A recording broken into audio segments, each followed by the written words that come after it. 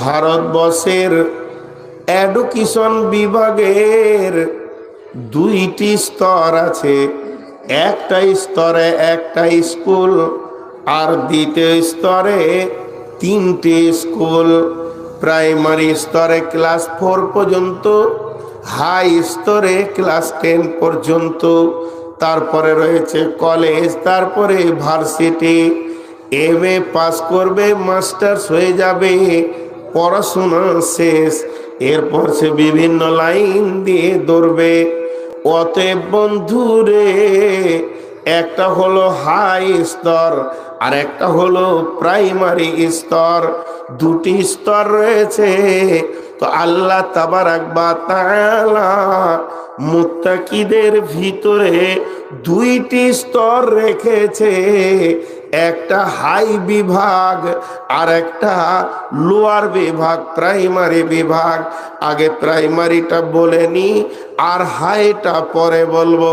আল্লাহ তাবারাক ওয়া তাআলা বলছেন, ইয়া আইয়ুহাল্লাযীনা আমানু কুতিবা আলাইকুমুস সিয়ামু কামা কুতিবা আলাল্লাযীনা মিন ক্বাবলিকুম লাআল্লাকুম তাত্তাকুন।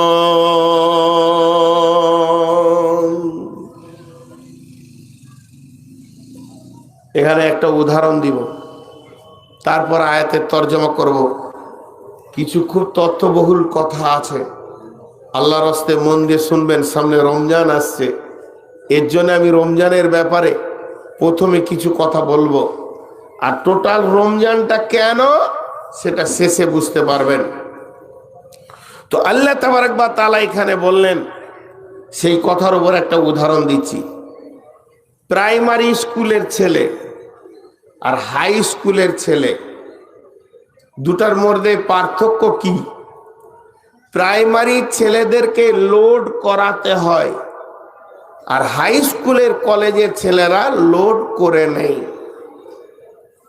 এটা পার্থক্য। কিরকম? প্রাইমারি ছেলেদেরকে জোর করে পড়াতে হয়, ওর মন চাই না। আর হাই স্কুলের ছেলেরা পড়ে নেয়।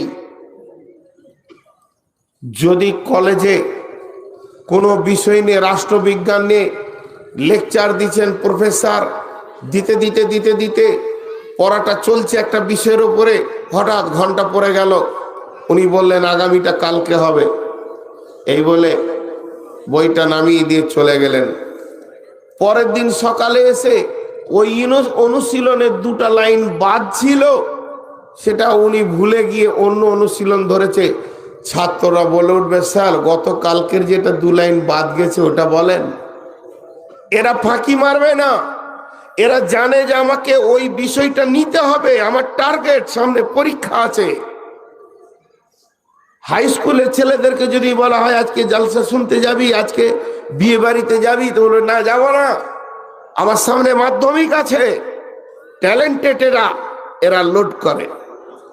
আর প্রাইমারি ছাত্র বাড়ি থেকেই ফাঁকি মারবে, ওকে বলতে হবে চো স্কুল চো, তো এরকম গা পাকাবে, যাও না। যদি স্কুলে দিয়ে আসা হলো, এক কোণে বসে আছে, ওর মনটা খালি বলছি যেন মাস্টার আমাকে না ধরে, গোটা দুনিয়াকে ধরুক। আর মাস্টার অকি বলছে ওই ওঠ। তখন বইটা নিয়ে মন ভারী করে এমনি করে উঠলো, মোটা মোটা লেগে আছে, এমনি করে বইটা নিয়ে টেবিলে নামিয়েছে। মাস্টার বলছে বলা বল বলা বলা। মাস্টার যখন 8 বার বলেছে, তখন গাল ফুলে একবার বলে যা। কি কষ্ট, কি কষ্ট! ওর ভিতরে ঢোকাতেও কষ্ট, লোড করাতেও কষ্ট। আচ্ছা একবার বিচার করেন, প্রাইমারি স্কুলে মাস্টারদের মেহনত বেশি না হাই স্কুলে বেশি? প্রাইমারিদের বেশি। আর বেতন কার বেশি? সরকারের বেইনসাফি। জি, রাষ্ট্রের একটা দেশ আছে, প্রাইমারি স্কুলের বেতন বেশি। জি, এদেরকে কলেজ স্কেলের বেতন দেয়, হাই স্কুলের থেকে বেশি দেয়, কারণ কষ্ট এদের বেশি। কোন ছেলেটা আজকে পড়া দেয়নি মাস্টারকে মনে রাখতে হবে। এই মাস্টার ওকে বলবে তুই পড়া দিসনি আয়। আর ওকে যদি না দেখেছে মাস্টার, ও তো সেদিন খুশিতে একদম ওরে সুবহানাল্লাহ আজকে মেরে দিয়েছি। ও জানে না যে আমি কত লস করেছি। বিধায় প্রাইমারিতে লোড করতে হয়, হাই স্কুলে লোড করে নেই। এটা খালি মাথায় মনে রাখেন উদাহরণটাতে। প্রাইমারিতে লোড করতে হয়, হাই স্কুলে লোড করে নেই। চলেন বিসমিল্লাহির রহমানির রহিম। ইয়া আইয়ুহাল্লাযীনা আমানু কুতিবা আলাইকুমুস সিয়ামু কামা কুতিবা আলাল্লাযীনা মিন ক্বাবলিকুম। ইয়া আইয়ুহাল্লাযীনা আমানু, হে ঈমানদারেরা, কুতিবা আলাইকুমুস সিয়াম, আমি তোমাদের উপরে রোজাকে ফরজ করে দিলাম। রমজান মাসের রোজাকে আমি তোমাদের উপরে ফরজ করে দিলাম, ফরজাইন করে দিলাম। কেমন ফরজ করলাম? যেমন তোমাদের পূর্বপুরুষের উপরেও ফরজ ছিল, তবে রমজান ছিল না, রোজা ছিল, ইনকমপ্লিট ছিল, কমপ্লিট ছিল না, বিভিন্ন সূরাতে রোজা ছিল। তো আমার আল্লাহ বলছেন, হে ঈমানদারেরা, ওরে আমার মুমিনেরা, ওরে আমার মুমিনারা, ইয়া আইয়ুহাল্লাযীনা আমানু কুতিবা আলাইকুমুস সিয়ামু কামা কুতিবা আলাল্লাযীনা মিন ক্বাবলিকুম, আমি তোমাদের উপরে রোজাকে ফরজ করলাম যেমন তোমাদের পূর্বপুরুষের উপরে রোজা ফরজ করেছি। এখন আমরা আল্লাহকে তিনবার কেন বলবো? যতজন বসে আছি সবাই বলবো, আল্লাহকে বলবো, আল্লাহ এটা কোন ইবাদত খুঁজে পেছি না, এর ভিতরে কি লাভ রয়েছে খুঁজে পেছি না, এর ভিতরে কি নাফা রয়েছে খুঁজে পেছি না। আমরা শর্টে আল্লাহকে বলবো, কেন কেন কেন আপনি রোজাকে ফরজ করলেন? তাহলে রোজার সুরাত কি, রোজার বর্ডার কি, রোজার শুরু কি, রোজা শেষ কি? নামাজের ব্যাপারে বিশ্বনবী বলেছেন, আত-তাসলিমু তাহলিলুহা ওয়াত তাকবীরু তাহরিমুহা, তাকবীরে তাহরিমা দিয়ে রোজা নামাজ শুরু হয় আর সালাম ফিরা দিয়ে নামাজ শেষ হয়ে যায়। হজের শুরু কি, ইহরাম বেঁধে লাব্বাইক আল্লাহুম্মা লাব্বাইকে হাজ্জাতান বলে হজকে আমরা শুরু করে দিই। আর যেদিন আমরা মাথাকে নাড়া করে দিয়ে গোসল করে নিলাম, সেদিন আমার হজ শেষ হয়ে গেল। যাকাত আমি 2.5% দিয়ে দিলাম, আমার যাকাত দেওয়া হয়ে গেল। ও দয়াল মাবুদ গো, আপনি রোজা কাকে বলছেন? রোজার বডিটা কেমন, রোজার সুরাতটা কেমন? তো আল্লাহ তাবারাক ওয়া তাআলার নবী সুন্দর করে বর্ণনা দিচ্ছেন। ও পৃথিবীর মানব কুলে রে, আমার উম্মতের দল, আল্লাহ তোর কাছ থেকে যে রোজাটা চাইছে, ওই রোজাটা কি?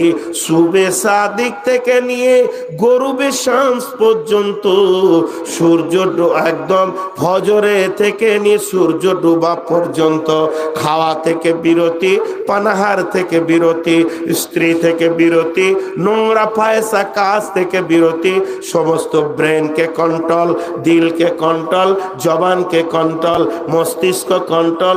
সার্বিকভাবে তুমি তোমার বডিতে 1 গ্লাস পানি দিতে পাবে না, 1 ঘোঁট দুধ দিতে পাবে না, স্ত্রী সম্পর্কে আসবে না, দৈহিক সম্পর্কে স্ত্রীর সঙ্গে যেতে পারবে না। এইভাবে সম্পূর্ণ রোজার একটি প্যাটার্ন বানিয়েছেন আল্লাহ। আল্লাহ বানানোর পর বলছেন, এই রোজাটা আমি তোমাদের জন্য ফরজ করে দিলাম। শুধু তোমাদের জন্য নয়, তোমাদের পূর্বপুরুষের জন্য রোজাকে ফরজ করেছি। আমি কিন্তু এত লড়তে দিব না সামনে, বুঝেন? এই মোবাইল খুলে নেন আপনারা, আমি কিন্তু এত উঠতে বসতে দিব না। চলেন মোবাইল এটা খুলেন, একটি বার দাঁড়াতে দিব না, স্ট্যান্ড সরিয়ে দেবো। মাথার সামনে টিকটিকির মতো টিরিক টিরিক করবে, এটা একদম মেনে নিব না। দিয়ে লিখে দিয়েছে ইউটিউবে যে 26 বছরের দেলোয়ার বিন কি ওই খবিসটার নাম আব্দুর রহমান বিন দেলোয়ার নূর মোহাম্মদকে হারিয়ে দিয়েছে। এই মানে ইউটিউবে কে লিখেছে ওকে খুঁজে পেছি না। এরাই সালমান খানের না ছবি দিয়ে দিচ্ছে, পাশে কোন নায়িকার ছবি দিয়ে দিচ্ছে মার্কেট বাড়ানোর লেগে। ও খবিসকে পেলে খালি জুতাবো, এমন এমন ছবিগুলো এনে দিচ্ছে। আরে ভাই হাদিস কোরআনের বায়ান হয়েছে সেটাই দাও।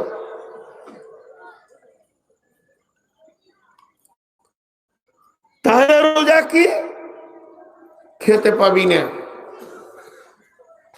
কিছু কিছু কথা এখানে গা চুলকানি লাগবে, মানে আমার বায়ানের ভিতরে। যেমন আল্লাহ আমরা খেলে কি তোমার গোডাউনে কমে যাবে? খাওয়া কেন বন্ধ করলে? এক গ্লাস পানি দুপুর বেলায় বলছে না চলবে না। আজীব ব্যাপার। আমি খেলে আল্লাহর কি হচ্ছে? হাজি আল্লাহর দাবি আছে হাদিসে কুদসিতে যে আমি সারা পৃথিবী কি 99টা মায়ের থেকেও আমার মহব্বত বেশি। আল্লাহর দাবি হচ্ছে মহব্বত বেশি। আল্লাহ রাগ আল্লাহ আল্লাহর মহব্বত বেশি আছে। কেমন বেশি একটু শুনেন। আমি এখানে এসেছি, কমিটির লোক আমাকে মসজিদে নিয়ে গেলেন, নিয়ে গিয়ে প্রথম শব্দ কি ব্যবহার করছেন? টিফিন খান। খাও না, ভাল লাগছে না আমার, এমনি সুগার, মিষ্টি খাবো না। তাহলে ভাত খান। ভাত খাবো না। রুটি খান। খান খান খান। এটা মহব্বতের প্রতীক না রাগের প্রতীক? মহব্বত। আপনার বাড়িতে একটা মেহমান এসছে, ভাই ভাত খান। না এই মাত্র খেয়ে এসছি। তাহলে একটু টিফিন খান। না খাবো না। তো এক কাপ চা খান। না আমাকে ভালো লাগছে না। একটু জুস খান। না খাবো না। তাহলে একটা পান খান। এই খাও, খেতে হবে, খান খান, এটা হলো মহব্বতের প্রতীক। ছোট ভাই স্কুল যায় নাই, বড় ভাই দোকান থেকে এসে শুনেছে ও স্কুল যায়নি, কানটা ধরে ঠেসে মেরেছে এক চর, মাটিতে পড়ে গেল। স্কুল যাবি না মানে তুই কি ভেবেছিস? চরটা মেরে দিলে মাটিতে পড়ে গেল, ও রাগ করে নিয়েছে ভাত খাবো না। মারলে কেন? ও দুপুর বেলায় চুপ করে শুয়ে আছে, মা বলছে মেরেছিস, বেশ করেছিস, খেতে ডাকগা। তখন বলছে না খাবো। এটা কি? রাগের প্রতীক। আর খান খান মহব্বতের প্রতীক। আল্লাহর দাবিটা হচ্ছে তোদেরকে আমি মহব্বত করি, আবার বলছে খবরদার খাবি না। অঙ্কে মিলছে? আমি তোদেরকে মহব্বত করি, দাবিটা আল্লাহর, আবার বলছে খাবি না। এক গ্লাস পানি দুপুর বেলায় বলে না, বলে তাহলে বিবিটাকে না একটু সময়টা কাটিলি, বলে খবরদার গায়ে হাত দিবি না। আজীব ব্যাপার। সব হালাল গুলোকে হারাম ক্লজ করে দিল। আল্লাহকে এবার জিজ্ঞেস করছি এইরকম রোজা কেন? এইরকম রোজা কেন? এই ইবাদতটা এই ধরনের কেন? ভাত হালাল হারাম হয়ে গেল, সবজি হালাল হারাম হয়ে গেল, মাছ মাংস হালাল হারাম হয়ে গেল, বিবি হালাল হারাম হয়ে গেল। আল্লাহ শেষকালে দুটি শব্দ ব্যবহার করছেন, লাআল্লাকুম তাত্তাকুন, লাআল্লাকুম তাত্তাকুন, লাআল্লাকুম তাত্তাকুন। আমার আল্লাহ বলছেন তোদেরকে আমি রোজা এই জন্য দিলাম যাতে করে তোরা মুত্তাকি হতে পারবে। আমি যে মুত্তাকিটা চাইছি যাদের জন্য স্পেশাল জান্নাতি রিজার্ভেশন রেখেছে, ওই রকম মুত্তাকি যদি হতে হয় তোদেরকে রোজা নামে ছাঁচের ভিতরে ঢুকতে হবে, ডাইসে ঢুকতে হবে, এই রকম প্ল্যানে ঢুকতে হবে। যেদিন তোরা এই প্ল্যানে ঢুকে যাবে সেদিন তোরা মুত্তাকি হয়ে যাবে। আল্লাহ নিজে বানাচ্ছেন। আল্লাহর কত দয়া, না খাইয়ে দিয়ে আমাদেরকে মুত্তাকি বানাচ্ছেন। এখন একটা উদাহরণ দিব, আর এই আয়াতটা গোটাই ওই উদাহরণে ঢুকে যাবে। একটা আয়াত উদাহরণটাতে এইভাবে প্লেটে যেমন মাল রাখে ওরকম রাখা হয়ে যাবে। ভালো করে শোনেন। বাড়ি থেকে কোদলটা নিয়ে যে মিস্ত্রি ইট বানাবে, ও গিয়ে মাটিতে কোপ মারতে শুরু করেছে। যখনই মাটিতে কোপ মারতে শুরু করেছে, মাটি রিটার্ন মিস্ত্রিকে জিজ্ঞেস করছে, আমি কি করলাম ভাই, তুমি কোপ মারো কেন? তারপরে মাটিতে যখন কোপ মারা হয়ে গেল, ওখানে পানি ছিটিয়ে দিল। পানি দেওয়ার পর কিছুটা বালু দিয়ে লাত মারতে শুরু করলো। এবার বলেন, যদি কোনো মানুষের বুকে বা মুখে লাত মারা হয়, লাত মারলে তার সম্মান বাড়বে না কমবে? লাত মারলে সম্মান কমে যাবে। আপনি যদি আমার মুখে লাত মেরে দেন, আমার বুকে লাত মেরে দেন, আমার ইজ্জত চলে যাবে। আর ওই মিস্ত্রি যখন মাটিতে লাত মারতে শুরু করেছে, মাটি জিজ্ঞেস করছে, ভাই তুমি লাত মারো কেন? তখন বলছে, চুপ কর, তোরই দাম বাড়বে, তোরে দাম বাড়বে। এরপরে লাত মারা শেষ হলো, ফরমাতে ভরে ওকে রোদে দিয়েছে। আবার রোদে যখন দিল, টনটনে হয়ে শুকিয়ে গেছে। মিস্ত্রিকে ইট বলছে, ভাই তুমি আমাকে শুকালে কেন? বল, চুপ কর, তোরই দাম বাড়বে। বলে, একটু পানি দাও, মানে পানি দেওয়া হবে না। একটু খাদ্য দাও, বলে কিছুই দেওয়া হবে না। এখন এক গ্লাস পানি, বলে না, তুই গলে যাবে, আমি তোকে মুত্তাকি বানাবো, এমন টনটনে মাল বানাবো, সমুদ্রে ছুড়ে দিলে আর তুই ভাঙবি না। তোকে এমন মজবুত জিনিস আমি তৈরি করছি, এখন পানি তুই চাইবি না, তোর অনেক চাহিদা আছে আমি জানি। তারপর ওকে ভাটিতে চাপানো হয়েছে। আর ভাটিতে চাপানোর পরে পাশে যখন কয়লা এসেছে, ও বুঝে নিয়েছে এমন একটি মাল, এই কালো মালটা সারা জীবনে নিজে জ্বলবে, অন্যকে জ্বালাবে। এর চেহারা কালো, এর বিভৎস চেহারা, আর এর ব্যবহারও বড় নোংরা। তখন মিস্ত্রিকে ডেকে বলছে, বন্ধু রে, কোন পাপ করেছিলাম এত কষ্ট তুমি দেবে? মিস্ত্রি বলছে, বানাচ্ছি আমি। কি বানাচ্ছি তুই জানিস না? ধৈর্য ধর, তোরই দাম বাড়বে, আমার বাড়বে না। আগুন জ্বালিয়ে দেওয়া হলো।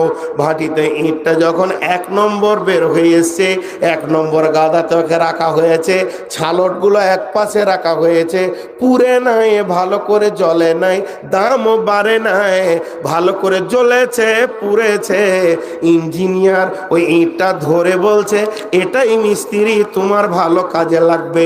এটাতে ফ্ল্যাট হবে, এটাতে হসপিটাল হবে, এটাতে হাই স্কুল হবে, এটাতে মাদ্রাসা হবে, এটাতে স্টেশন হবে। আমি 70 বছরের গ্যারেন্টি দিতে পারি ইটটা ভালো হয়েছে। ইট তখন বলছে, বন্ধুরে, তুমি কোন কলেজের ইঞ্জিনিয়ার? ইঞ্জিনিয়ার বলছে, আমি বহরমপুর কলেজের ইঞ্জিনিয়ার। তখন ইট বলছে, বন্ধুরে, তুমি বহরমপুর থেকে পড়ে এসে ডায়াগনিস করছো, আর আমি লাতখুয়া কলেজে পড়ে, এর ভাটির কলেজে পড়ে এসে জিন্দেগির দামকে বাড়িয়েছে। আল্লাহ তাবারাক ওয়া তাআলা বলছে, তোরা যে মুত্তাকি হবি তোরা জানিস না, আমি রোজা নামে একটা ভাটি বানিয়েছি।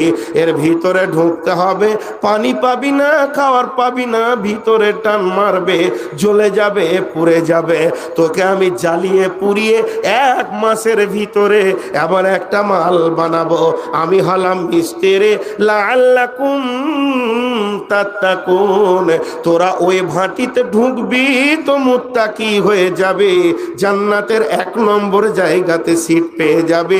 আমি বানাচ্ছি, আমি জানি কেন খেতে দিছি না, কেন বিবিকে নাড়তে দিছি না, কেন পানি দিছি না। তোরা বুঝবি না, মিস্ত্রি তো আমি, মাল তো বুঝে না তাকে কি বানানো হচ্ছে। যখন সে বেনে যায় তখন সে বুঝতে পারে।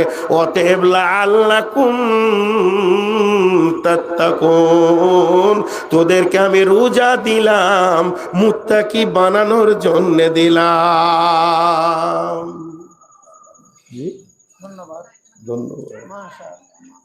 এবার একটা কথা বলি, মেয়েরা নাকে কানে শোনালে হ্যালো, নারায়ণ তাকবীর, নারায়ণ তাকবীর। মাওলানা নূর মোহাম্মদ খাদির, মাওলানা নূর মোহাম্মদ খাদির, নারায়ণ তাকবীর। মাশাআল্লাহ, আল্লাহ তাআলা আইন বাড়িয়ে দেন। কালকে ইউটিউবে দিবে যে নারায় তকবীর প্লেয়ার। এদেরকে যে কোন কলেজে ভাজবো, কারণ মাথা নাও করে বসে আছে। পাকুড়ে দিয়ে আসতে হবে এখন ট্রেনে। আছে তো, গাড়ি আছে তো, গাড়ি আছে তো, পাকুড়ে দিয়ে আসতে হবে। তোমার স্ট্যান্ড ভাঙবো। কি আরো করছে না আমাকে। মেয়েরা কানে নাকে গলাতে শোনালাই, আর এতগুলো লোক হ্যাঁ না বলে না, জি না। সোনা কেউ লাই না, গয়না লাই, সোনা কেউ লাই না, গয়না লাই। 2 ভরি গলার হারের দাম 1 লক্ষ টাকা। বর্তমানে আপনি এক্ষুনি বানিয়ে নিয়ে আসেন ধুলিয়ান থেকে, যদি হোঁটটা একটু বেঁকা থাকে ভাবির নাকটা বেঁকে যাবে। 1 লাখ টাকার কোনো মূল্য নাই। এমনি করে গয়নাটা দেখতে দেখতে বলো, ছি দেখ তো কেমন এখানে করেছে। আরে তুই 1 লাখ টাকা ছি বললি রে, কোথা গলায় দড়িলি বলে? হ্যাঁ, এটা দাম জানিস কত? দামের কোনো মূল্য নাই, কারণ ছাঁচে গোলমাল হয়ে গেছে, ওর মন আর ভরছে না। সোনার মূল্য আছে, কিন্তু সোনাকে ভাটিতে ভরে তাকে ছিলে আবার অ্যাসিডে ডুবিয়ে যখন গয়না বানিয়ে তাকে সোয়াগা দিয়ে চকচকে বানানো হয়, তখন কানে এসে লেগে যায়, নাকে লাগে, গলায় লাগে। তো মুসলমান হচ্ছে সোনা, আর রোজার ভাটিতে ঢুকে ছিলে একে যখন গয়না করে দেবে তো নাম হয়ে যাবে মুত্তাকি, আর মুত্তাকিকে আল্লাহ জান্নাতে অলংকার সাজিয়ে নেবে। অতএব আল্লাহ বলছেন, ইয়া আইয়ুহাল্লাযীনা আমানু, হে ঈমানদারেরা, কুতিবা আলাইকুমুস সিয়াম, তোদের উপরে সামনে রমজান মাসের রোজাটাকে ফরজ করে দিলাম, ওর ভিতর একবার তোরা ঢুকে যা। কামা কুতিবা আলাল্লাযীনা মিন কাবলিকুম, যেমন তোদের পূর্বপুরুষের উপরও ফরজ ছিল, লাআল্লাকুম তাত্তাকুন, যাতে করে তোরা মুত্তাকি বেনে যাবি। এবার আমরা মুত্তাকি কিনা একবার টেস্ট করব ল্যাবরেটরিতে, ল্যাবরেটরিতে টেস্ট করব। হাদিসে কুদসিতে আছে, যারা রোজা রাখে পৃথিবীর বুকে যত আমল আছে লোক দেখানো হয়, নামাজ লোক দেখানো হয়, মান সাল্লা ইউরাই ফাকাদ আশরাকা, হজ লোক দেখানো হয়, যাকাত লোক দেখানো হয়, পৃথিবীর বুকে দান খয়রাত লোক দেখানো হয়, একটা মানুষকে মানুষ উপকার করছে লোক দেখানো হয়। অর্থাৎ একটা কথা জেনে নেন, পৃথিবীর বুকে কোরআন ও হাদিসের ভিতরে যতগুলি আমাল এসেছে ওটা আল্লাহর জন্যও হয়, লোক দেখানো হয়। শুধু একটা আমল আছে যার নাম হচ্ছে রোজা। এটা কোনোদিন লোক দেখানো হয় না। যে রোজা রাখে সে আল্লাহর জন্যই রাখে। আল্লাহ নিজে বলছেন যে রোজা রাখে সে আমার জন্যই রাখে।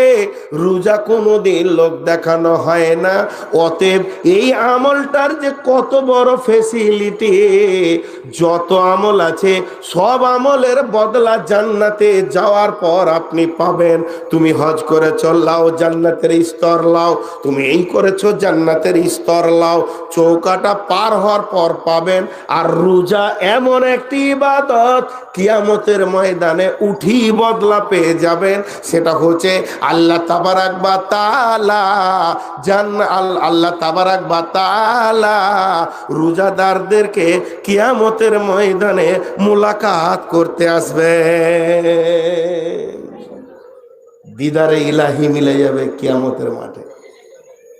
জি, আল্লাহ এই জন্য বলছেন যে রোজা রাখে সে আমার জন্যই রাখে, আর এর বদলাটা আমি নিজের হাতে তাদেরকে হাসরের ময়দানে আমি নিজে দিব।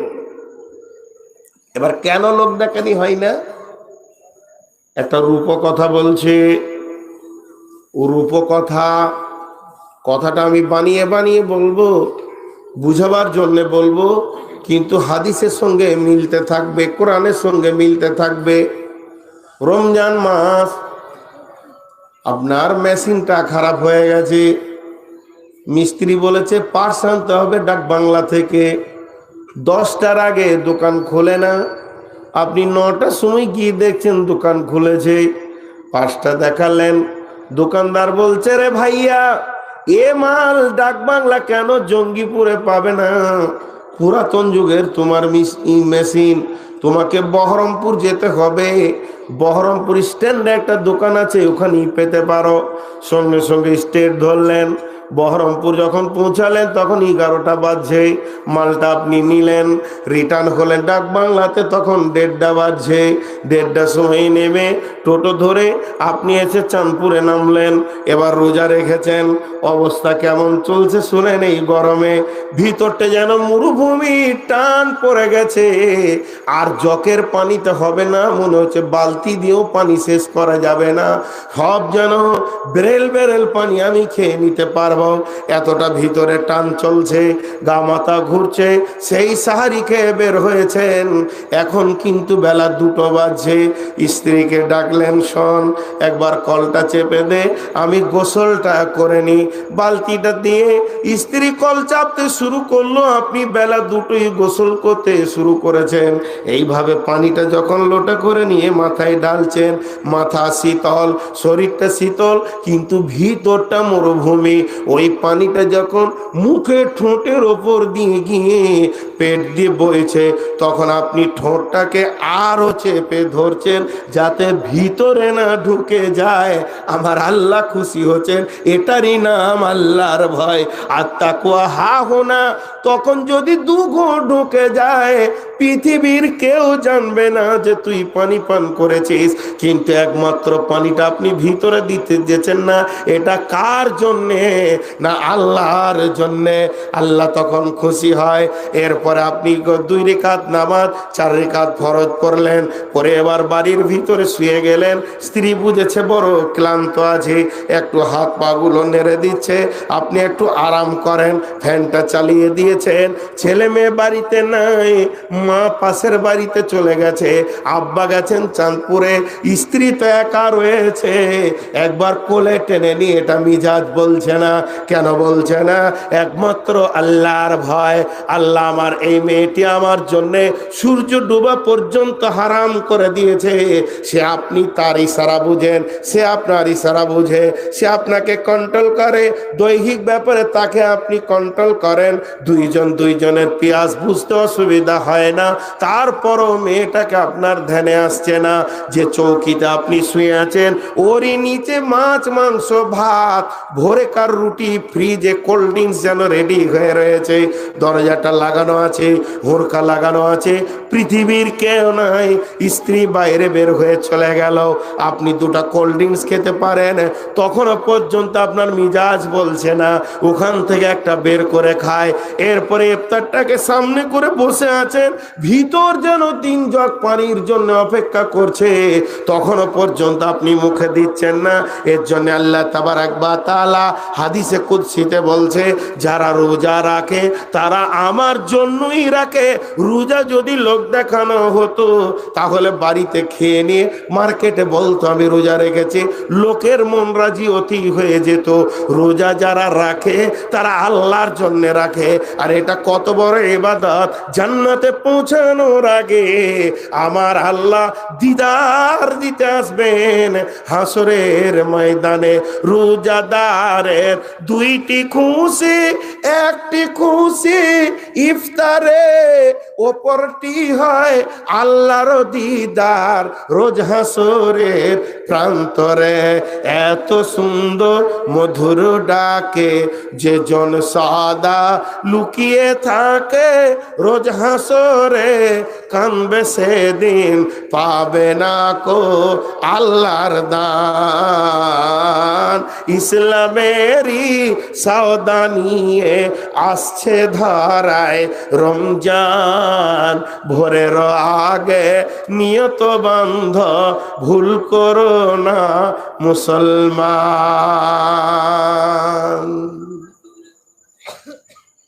জি ভাই, একবার আমার সঙ্গে সারা দেন, বুঝে এলো? হ্যাঁ না বলেন, বুঝে এলো? এখন আল্লাহ এই ইবাদতটা করালেন কেন? আর একটা সাবজেক্ট বেরিয়ে আসছে। এই আয়াতের 6খানা তাফসীর হয়, 5টা করলাম, 6 নম্বরটা এবার বেরিয়ে আসছে। ইয়া আইয়ুহাল্লাযীনা আমানু, হে ঈমানদারেরা, কুতিবা আলাইকুমুস সিয়ামু কামা কুতিবা আলাল্লাযীনা মিন কাবলিকুম লাআল্লাকুম তাত্তাকুন। আল্লাহ বলতে চাইছে, ও মুমিনের দলে রে, তোর ভিতরে তাকওয়া ভয় নামে একটা পার্স আমি ভরে রেখেছি, এটা তোকে দিই, তোকেই প্রমাণ আমি করে দিব। উঠছেন কেন? ফজর পর্যন্ত চলবে। জিজি যান, ওইটিকে ধরে নিয়ে এসে বসিয়ে দেন, ফজর পর্যন্ত চালিয়ে দেবো। যান, ওইটিকে ধরে নিয়ে এসে বসিয়ে দেন। এইটা শুনে নেবার, এটার ভিতরে আবার মজা আছে। প্রতিটি তাফসীরের ভিতরে আমার যুক্তি আছে এবং মজা আছে। এটা 6 নম্বর চলছে এই একই আয়াতে। যোগ্য শিক্ষক যারা হয় মাদ্রাসাতে, স্কুলে, তারা ছাত্রকে বলে তোর ভিতরে যোগ্যতা আছে, তুই চেষ্টা কর। যেমন আমি বলি, এখানে আমার অনেক শিক্ষক আছে, তার মধ্যে একটা শিক্ষক গোঁধাইপুরের, হাতে খড়ি ওর কাছে আলিফ বা। মৌলানা আহমদুল্লাহ সাহেব পৃথিবী থেকে চলে গেছেন, আব্দুল করিম আব্দুল রহিম মামার, উনি আমার নানা, ওনাকে নানা বলতাম। ওনার কাছে কোনো পড়া যদি শিখতে যেতাম, আবাসা ওয়াতাওয়াল্লাহ, আবাসা আছে, আইন যাবার আবা যাবার বাস, শুনতে পারছে আবাসা, তো ওইটাকে আঙুল দিয়ে ধরে আছে। নানা বলে দেন তো, তুই বল না বে। তা আমার মনে মনে হচ্ছে আমি যদি বলবো তো আপনার কাছে এলাম কেন? না তুই পারবি বে, বল। আমাকে বে বলতেন উনি, নানা বলতাম তো। এবারে বাকে আর সিনকে আড়াল করে ধরে বলছে এটা কি, বল আইন। আইন যাবার কি হয় আ, তারপরে বল বা যাবা বা, কি হলো আবা, তারপরটা কি সিন যাবার সা, কি হলো আবাসা। উনি বললেন না, আমি বলতে পারছিলাম না, আমি বলে নিলাম। আমার ভিতরে যে একটা যোগ্যতা লুকানো আছে, আমি যদি চেষ্টা করতাম এইভাবে তো পারতাম। আমাকে দিন আমাকে প্রমাণ করে দিল। তো আল্লাহ তাবারাক ওয়া তাআলা বলছে, তোরা খালি বলিস পরেজগার হতে পারবো না, তোকে দিই, তোকে আমি প্রমাণ করব তোর ভিতরে হারাম থেকে বেঁচে থাকার একটা যোগ্যতা আছে। তুই নিজের বিবি, যে মেয়েটাকে 11 মাস দিন রাত ব্যবহার করলি, ওইটাকে তোকে 1 মাস দিনে ব্যবহার করতে দিলাম না, তুই ওর থেকে দূরে থাকলি। আর রমজান পেরিয়ে গেলে তখন শালির কাপড় ধরে টানছিস, ছেলেদের কাপড় ধরে টানছিস, এইরকম নোংরা কেন তুই হয়ে গেলি? নিজের বিবি থেকে যে ছেলেটা বিরত থাকতে পারে, তার ভিতরে নারী থেকে বিরত থাকার একটা যোগ্যতা রয়েছে। যে ছেলেটা মাছ মাংস সারা জীবন খেয়ে এলো, রমজান মাসে খেলো না, তাহলে তোকে দিয়ে আমি প্রমাণ করে দিলাম তোকে হারাম থেকে বাঁচার একটা যোগ্যতা রয়েছে। অন্য মাসে রমজান পেরিয়ে গেলে সুদ, জুয়া, তাসলা, লুডো, দাবা আর গোলগোড়া, বিড়ি, জর্দা, তামাক এগুলোকে আমি হারাম করেছি। রমজানে তুই যেমন ভাত রুটি থেকে নিজেকে বাঁচিয়েছিলি, ওইভাবে অন্য মাসে আমি তোকে ট্রেনিং করে মুত্তাকি করে দিলাম। যেগুলো হারাম বলেছি ওইভাবে তুই নিজেকে বাঁচাবি, অন্য মেয়ে থেকে বাঁচাবি, হারাম মেয়ে থেকে নিজেকে বাঁচাবি, হারাম খাওয়া থেকে বাঁচাবি। এটা রমজান তোকে একটা মুত্তাকি হওয়ার ট্রেনিং দিয়ে চলে গেল। লাআল্লাকুম তাত্তাকুন। জি, কারণ আমাদের দিলে ভয় নাই। সুদ খেন না জি, মদ খেন না জি, মদ খেন না, মদ খেন না, সুদ খেন। আজ বিড়ি খেয়েছেন কেন জি? আস্তে আস্তে ছাড়বো মামা। আগে 62টা করে দিনে খেতাম, এখন 25টা করেছি। আস্তে আস্তে ছাড়বো, এরপরে 5টা করবো, তে 1টা 2টা খেতে খেতে ছেড়ে দেব। জি, সকালবেলায় উঠে এতটা নাস্তা খেয়েছে, এতটা দই, আর বেশি লয় 8টা রসগোল্লা খেয়েছে বড় বড়। বাড়িতে বসে আছে, শরীরটা জ্বর জ্বর ঝিমঝিম করছে। কি ব্যাপার?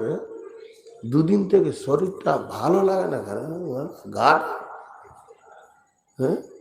তো লাতির বিয়ে, নানা লাতির বিয়েতে গিয়েছে, মানে আরো কুদাকুদি বেশি হচ্ছে। নানা মিষ্টি খাও, খেয়েছি ভাই, দিয়ে 20টা 10টা করে 3 দিন ধরে রসগোল্লা খাইলাম। উনি ছোট থেকে রসগোল্লা ভালোবাসেন, এখন বয়স হয়ে গেছে 62, তো প্রতিদিন 8টা 10টা 20টা খেয়ে নিবে এমন মানুষ। হঠাৎ বলছি ওর লাতিকে, গাটা কেমন ঝিমঝিম করছে রে, না চলেন ডাক্তার দেখিয়ে আসি। মোটর সাইকেলে চাপিলে একদম ফিটার কেনে পার ধরে জঙ্গিপুরে ডাক্তারকে নাম লিখিয়ে নিয়ে ডাক্তার চিকিৎসা করে যে আপনার 400-র উপরে সুগার। বল, 400-র উপরে সুগার? তেমনি তাকাইছে বুড়া, 400-র উপরে? দিয়ে প্রেসক্রিপশন ওষুধ লিখে দিল, এই খাবেন, এই খাবেন, সকালে এই খাবেন। ডাক্তারখানা থেকে বের হয়ে লাতি বলছে, না 4টা রসগোল্লা, না 1টা খাও না। হঠাৎ কি করে ছাড়লি? তো বুঝে লেছে ফুটে যাব সালা, এমন ভয় ঢুকেছে, হঠাৎ ছেড়ে দিছে। ভয় ওকে ছুটিয়ে দিলে 2টার সময় নেমেছে মোটর সাইকেল থেকে এসে, আর মুখ ঘেমে রোদে, আর সুগার শুনে এসছে, আরো ঘেমে আছে ও। আর নতুন বহু, লাত বহু, নতুন লয়া বউ, 22টা রসগোল্লা নিয়ে বলছে নানা পানি খান, বলছে না গে ভাগ। হঠাৎ ছেড়ে দিচ্ছে, তখন বলছেন যে আস্তে আস্তে ছাড়বো। 8টা খেয়েছিলাম, এখন 4টা করে খাই। আর হঠাৎ বিড়ি ছাড়তো, আর পাছাই লাগছে। হ্যাঁ, ফুটে যাব এই রোগটা, আর ভয় ওকে ছাড়িয়েছে। আল্লাহ তাবারক ওয়া তাআলা বলছেন যে রোজা মানুষের দিলে ভয়, ভীতকে সৃষ্টি করে। আল্লাহর ভয়, ও যে খাচ্ছে না ওর সামনে সমস্ত খাবার, একমাত্র আল্লাহর ভয়। হাদিসটাতে একবার যায়। আজকে যদি বিষয়বস্তু হাদিসটা নয়, তবে রমজান পারপাস হাদিস, এই জন্য বলে নিচ্ছে। বিসমিল্লাহির রহমানির রহিম। وعن أبي هريرة رضي الله تعالى عنه قال قال رسول الله صلى الله عليه وسلم মান সামা রমজানা ঈমানাও ওয়া ইহতিসাবা গুফিরা লাহু মা তাকাদ্দামা মিন জামবি ওয়া মান কামা কিয়ামাল লাইলি ঈমানাও ওয়া ইহতিসাবা গুফিরা লাহু মা তাকাদ্দামা মিন জামবি। আল্লাহর নবী বলছেন যে রমজান মাসের 30টা রোজা রাখলো আল্লাহ তাবারাক ওয়া তাআলা তার বিগত জীবনের অনেক গুনাহকে মাফ করে দেবেন। আর যে রমজান মাসে কিয়ামুল লাইল করলো অর্থাৎ যে তারাবির নামাজকে পড়লো দাঁড়িয়ে দাঁড়িয়ে, এই 8 রাকাত নামাজ কে যে একদিনও বাদ দিল না, সুন্দর করে করে করে করে কষ্ট করে করে পড়লো, আল্লাহ তাবারাক ওয়া তাআলার নবী বলছেন মা তাকাদ্দামা মিন জামবে গুফিরা লাহু, আল্লাহ তার জীবনের পূর্বের অনেক গুনাহগুলি মাফ করে দেবেন।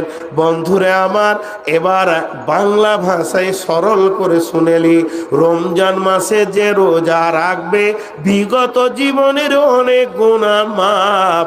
মেগা মা তাকাদ্দামা মিন জামবি, মিন জামবি মানে অনেক গুনাহ মাফ হবে। এটাকে আবার অনেক মুফাসসির এই রকম তাফসীর করে দিয়েছে, তার বিগত জীবনের গুনাহ মাফ হয়ে যাবে। সামনে 14 তারিখে আপনার আমার রোজা শুরু হয়ে যাবে, পরের মাসের 13 তারিখে রোজাটা শেষ হয়ে ঈদ হয়ে যাবে।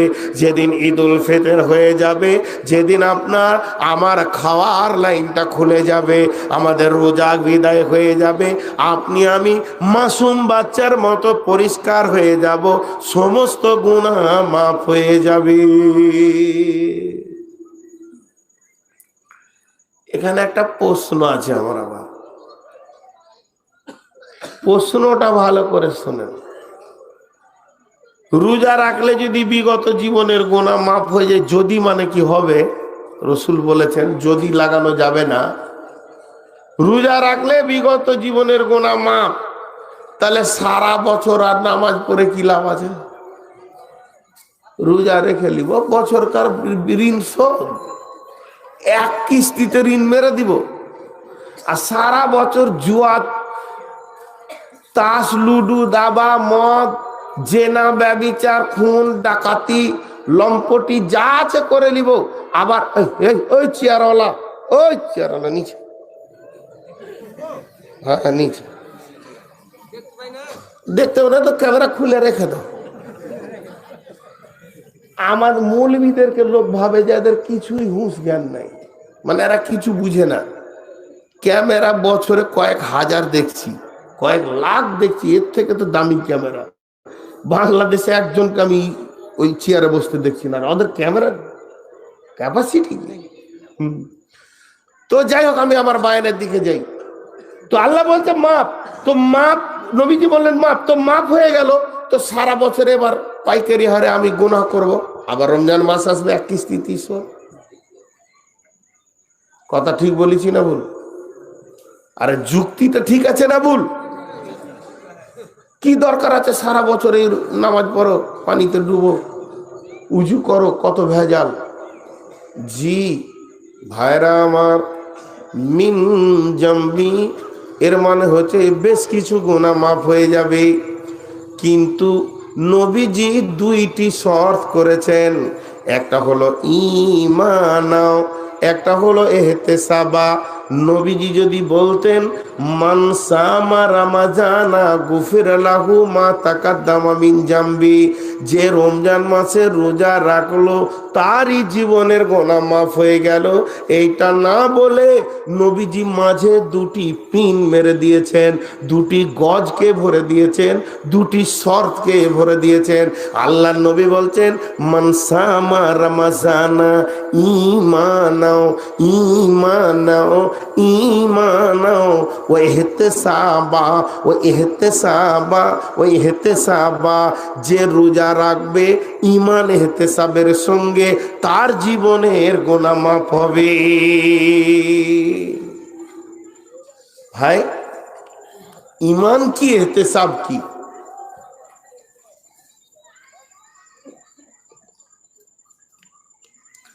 ঈমান কি ইহতিসাব কি এটা শুনেন, তারপরে বাড়ি যাবেন। খুব জরুরি কথা বলছি এই দুটি। ঈমান, রোজার সঙ্গে ঈমান থাকতে হবে। কয়েকদিন আগে এই এলাকাতে বক্তব্যটা রাখলাম না কোথা রাখলাম খেয়াল হচ্ছে না। ঈমানের রূপ কি, ঈমানের কালার কি, ঈমানের রূপ কি? জি ভাই, এটা একটু বলে নি। নামাজের একটা রূপ আছে, এই লোকটা উঠা বসা করছে, আমি যদি সামনে দিয়ে হাঁটি সভাপতি হাতটা দিয়ে বলবে যে না নামাজ পড়ছে। নামাজের রূপ রয়েছে, হাত বাঁধো, রুকু করো, তাসাহুদ করো, উঠো। রোজার একটা রূপ রয়েছে, না খেয়ে বসে আছি, ভাই একটা চা খান, না আমি রোজাদার। হজের একটা রূপ আছে, এহরাম বেঁধে নাও, লাব্বাইক আল্লাহুম্মা লাব্বাইক লাব্বাইক লা শারীকা লাকা লাব্বাইক ইন্নাল হামদা ওয়ান নি'মাতা লাকা ওয়াল মুলক লা শারীকা লাক। এটা আমি বুঝে নিলাম যে হজ করছে। জাকাতের একটা রূপ আছে, 10,000 20,000 5,000 করে দিচ্ছে। ঈমানের রূপটা কি? ঈমানটা কেমন? এমনি করে থাকার নাম ঈমান না, এমনি করে থাকার নাম ঈমান। ঈমানের রূপ কি? আমার বডিতে ঈমানের রূপটা কেমন হবে? 1 নম্বর। 2 নম্বর, নামাজ শুরু হচ্ছে 7 বছর থেকে, ফরজ আইন হয়ে যাচ্ছে 12 বছর থেকে। আর 12 বছর থেকে রোজা, হজ, জাকাত ফরজ হচ্ছে, তার আগে ছুটি রয়েছে। আমার নামাজের দরকার নাই। নামাজ প্রতিদিন 5 বার, মাঝে মাঝে ফাঁক আছে। রোজা বছরে 1 বার, 11 মাস ফাঁক আছে। হজ জীবনে 1 বার, সারা জীবন ছুটি আছে। জাকাত বছরে 1 বার, সারা বছর ফাঁক আছে। তাহলে ঈমানটা কখন থেকে শুরু হবে? 7 বছর বয়স থেকে না 10 বছর বয়স থেকে? আর ঈমানটা যে শুরু হবে তো কখন কখন ফাঁক আছে? নামাজ আমরা এশা পড়েছি, ফজর পর্যন্ত ফাঁক আছে, ফজর পড়ে নিব, জোহর পর্যন্ত ফাঁক আছে। তাহলে ঈমানটা সকালে ঈমানদার থাকবো, বাকি টাইম বেঈমানি করবো, আবার একবার ঈমানদার হয়ে যাব, এরকম কোনো ভাগ আছে নাকি? আর ঈমান শুরু কখন থেকে? অনেক লম্বা চড়া কথা। তাহলে একটা বলবো, এতগুলি বলতে গেলে 3 ঘন্টা লেগে যাবে শুধু ঈমানের ওপরে। ঈমানের রূপ কি, ঈমান কি করে? তাহলে একটা কথা বলে দিই, আমার বডিতে যতগুলো পার্টস আছে, কিডনিটাকে বের করে যদি বলেন যে বোর্ডে ওর ছবি টাকবো, এঁকে দেওয়া যাবে কিডনিটা কেমন, আমার মুখটা কেমন আঁকা যাবে, আমার হাতটা কেমন, পাটা কেমন, আমার বডিটা কেমন, পিস পিস এঁকে দিতে পারবে। কিন্তু আমার বডির ভিতরে একটা পার্টস আছে যেটা দেখা যাবে, তার কালার হলো লাল, যাকে আমরা রক্ত বলি। এর নিজস্ব কোনো রূপ নাই। বিজ্ঞানীরা বলছে পানির রং আছে কিন্তু নিজস্ব কোনো রূপ নাই। পানি যখন বোতলে ঢোকেও বোতলের রূপ ধারণ করে, ঘটিতে ঢুকলে ঘটির রূপ ধারণ করবে, গ্লাসে ঢুকলে গ্লাসের মতো হয়ে যাবে, হাঁড়ির মতো ঢুকলে হাঁড়ির মতো হয়ে যাবে। তেমনি ঈমানের নিজস্ব কোনো রূপ নাই, ঈমানের নিজস্ব কোনো রূপ নাই। ঈমানের শক্তি আছে কিন্তু ঈমানের রূপ নাই। যেমন রক্তের শক্তি আছে, ক্ষমতা আছে, কিন্তু রক্তের রূপ নাই। আমার হাতের ক্ষমতা নয়, এটা আমার রক্তের ক্ষমতা, কিন্তু যে হাতে রক্ত থাকবে না ওই হাতটা প্যারালাইসিস হয়ে যাবে, ওটার ক্ষমতা থাকবে না। তেমনি পৃথিবীর বুকে যত আমল আছে, কোরআনে হাদিসে যত আমল আছে, সমস্ত আমলের রক্ত হলো ঈমান। যে আমলে ঈমান নাই সে আমলটা প্যারালাইসিস, তার কোনো কাজে লাগবে না। বেঈমান হালাতে রোজা করলো কাজে লাগবে না, বেঈমান হালাতে নামাজ পড়লো কাজে লাগবে না। যত ছোট বড় যত আমল কোরআন হাদিসে এসেছে, সমস্ত আমলের ব্লাড হলো কে? ঈমান। ওর নিজস্ব কোনো রূপ নাই। ঈমান যখন নামাজের সময় ঢুকে তো নামাজের মতো হয়ে যায়, ঈমান যখন রোজাদারের কাছে যায় তখন রোজাদারের মতো হয়ে যায়। একটা লোক দিনে খেলে আপনি বলবেন বেঈমান রোজা রাখেনি, একটা লোক আজান হয়ে গেলে মসজিদ না গেলে আপনি বলবেন বেঈমান মসজিদে ঢুকে না, একটা লোক জাকাত না দিলে বেঈমান জাকাত দেয় না। আগে বেঈমানটা লাগাবেন, তারপরে সে জাকাত দেয় না। তার কারণ হাদিসের মধ্যে আছে পৃথিবীর মানুষ কোনোদিন গুনাহ করতে পারবে না তার কাছে যতক্ষণ ঈমান থাকবে। যখন সে কাবিরা গুনাহ করে, ঈমানটা পালিয়ে যায়, তখন ও গুনাহটা করে। আবার ঈমান এসে গেলে ওই লোকটি আবার তওবা করে। অতএব বন্ধুরে, ঈমান এমন একটা শক্তির নাম, ঈমান এমন একটা সিকিউরিটির নাম, যে দেহতে থাকবে আর ওই দেহ গুনাহ করবে, এটা কোনোদিন হতে পারে না। তাহলে রমজান মাসের ঈমান কি? না খেয়ে থাকার প্রমাণটার নাম হচ্ছে ঈমান। তো আল্লাহ তাবারাক ওয়া তাআলা নবী বলছেন রোজার ভিতরে তোমাকে ঈমান রাখতে হবে।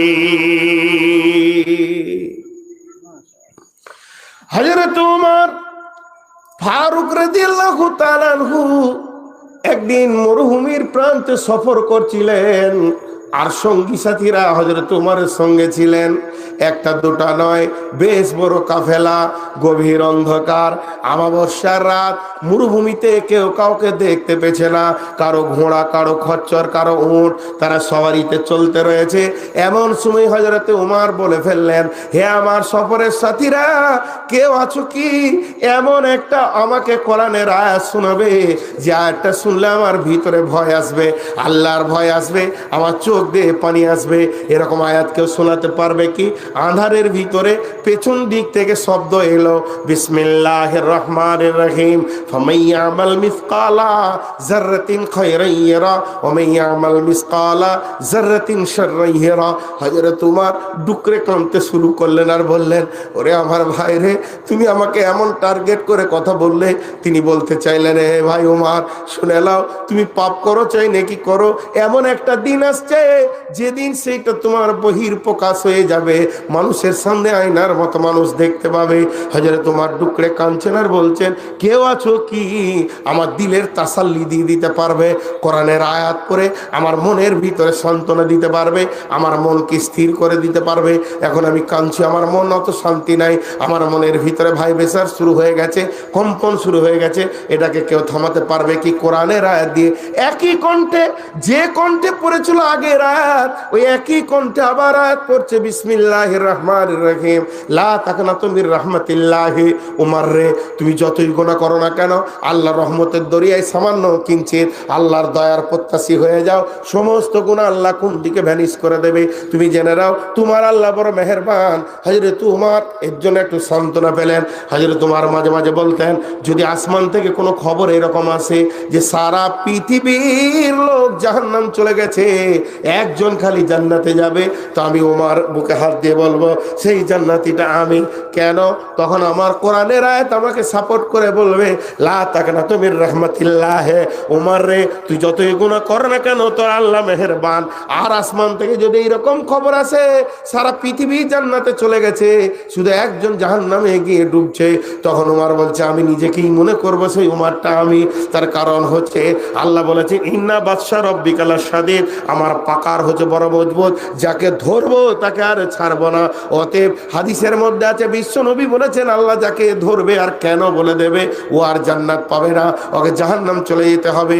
অতএব রোজার ভিতরে ঈমান হলো সারা পৃথিবীর রোজা কবুল হোক আর না হোক, আল্লাহ আমাকে যখন রোজা রাখাচ্ছেন তখন আমার রোজা কবুল হবে, এর ওপরে স্ট্যান্ড করে দাঁড়িয়ে থাকতে হবে। রোজার ভিতরে ঈমান, বুঝাতে পারলাম? কারো রোজা কবুল হোক আর না হোক, আমার রোজা কবুল হবে, লয় হবে।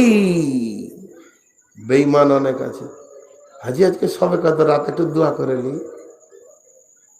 আমার ওস্তাদ ভাজন মৌলানা সভাপতি সাহেব দোয়া করতে শুরু করেছেন। ধরেন উদাহরণ দিচ্ছি, এটা রমজান মাস, মসজিদে দু চার কথা শোনানো হলো, গ্রামের মুরগিটি শুনিয়েছে কোনো জালসালায়, এখন দোয়া করছে। যে দোয়াতে কি ধরেছে জানেন?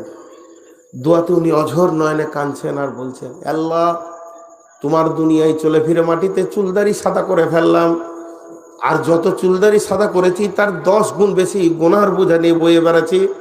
রমজান মাসকে পেয়েছি, সবে কদর পেয়েছি, তোমার মতো রহমতের মাবুদ পেয়েছি, দয়ার মাবুদ পেয়েছি। রব্বুল আলামিন আমাদের জীবনের ছোট বড় সব গুনাহ মাফ করে দাও। আর ওনার দোয়া শুনে সমস্ত লোক আমিন বলছে। আর উনি বললেন, নিজের নিজের গুনাহগুলোকে খেয়াল করেন, আল্লাহর কাছে মাফ চান। এ আল্লাহ, আমরা কেউ চুরি করেছি, জেনা করেছি, ব্যভিচার করেছি, মাবুদ গো তুমি সবে কদর দিয়েছো মাপের জারিয়ার জন্যে, আমরা কাঁদবো, বান্দা গুনাহ করবে, মাবুদ মাফ করবে, আমরা কাঁদবো, তুমি আমাদের পারওয়ানা দেবে, আল্লাহ তুমি মাফ করে দাও।